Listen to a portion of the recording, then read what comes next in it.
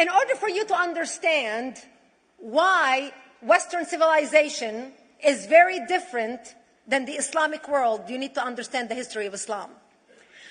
When Prophet Muhammad supposedly revealed his revelation from the angel Gabriel that he is supposed to be the last of the prophets in the early 600s, he started preaching in his own city, Mecca. He tried to recruit friends and followers to be able to spread his religion. And he tried for 12 years and failed. And after 12 years, he was only able to recruit his immediate family and friends.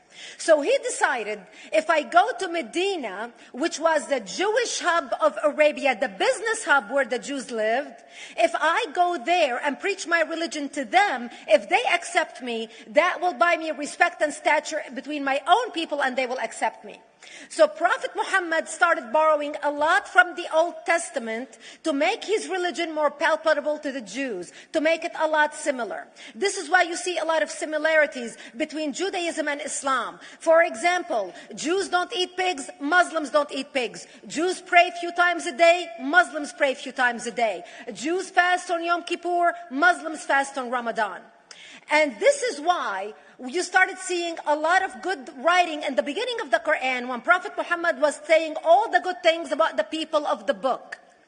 He took his message and went to Medina trying to recruit the Jews, talking about the people of the book, talking about how similar the two religions are. When they refused to accept him and follow him as the last of the prophet, that's when he turned against them and started killing them and started expelling them.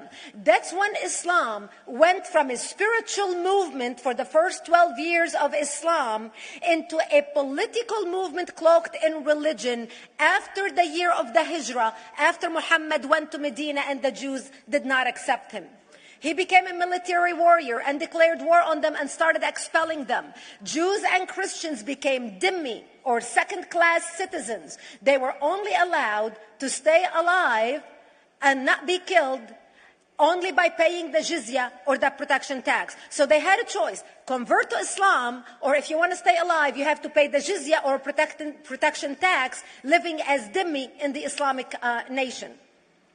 Christians and Jews could not ring church bells. Jews could not blow the shofar. Christians could not ring church bells. They could not pray publicly. Christians and Jews could not gather together and build new churches or new temples.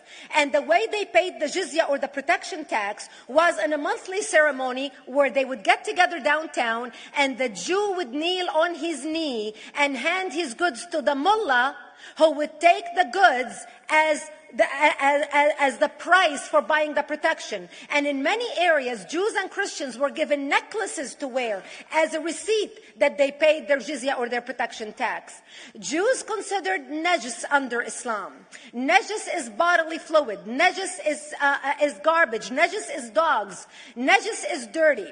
So Christians and Jews were treated as second-class citizens.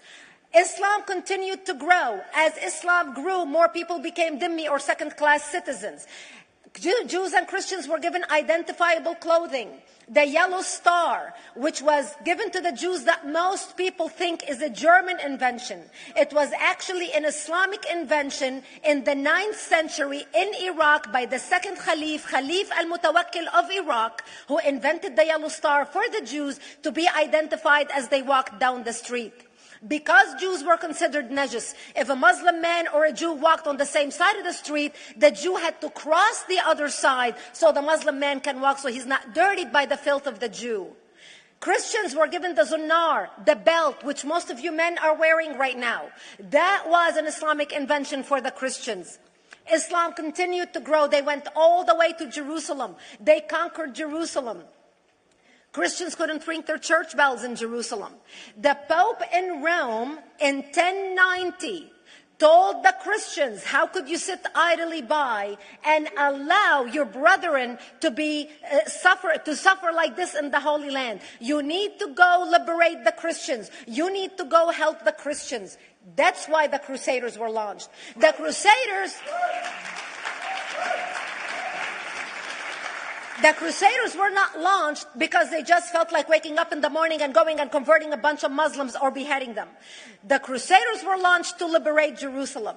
And they were able to liberate Jerusalem for less than 100 years before Salah ad-Din al-Ayyubi, Saladin, took it back, and Jerusalem remained under Islamic control until 1967, when the State of Israel liberated Jerusalem, where Christians, Jews, and Muslims could pray under the same sky.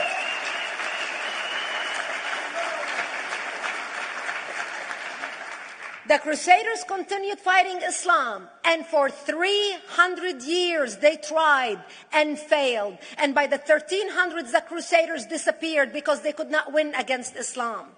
Islam continued to expand. They went all the way to Central Europe. They went all the way to China. They went to India. They conquered Spain. They changed the name of Spain from Spain to Andalusia. And they started, as they advanced, as they conquered more nations, more people paid the jizya, or the protection tax. And this is how the Islamic Empire grew. It went all the way until they was stopped at the gates of Vienna on 9/11. 9/11 is not a date that Osama bin Laden just picked out of a hat. 9/11 is a symbolic date in the Islamic calendar. By the 1600s, Islam had covered more of the earth's surface than the Roman Empire did at its peak. Between the 1600s and the 1800s, the Europeans were experiencing the European Industrial Revolution, where the Europeans were able to invent products on factory lines, where they are able to make money and sell products, which gave them the money to build a strong army in order to fight the Muslims. And that's how they were able to stop them at the gates of Vienna on 9/11.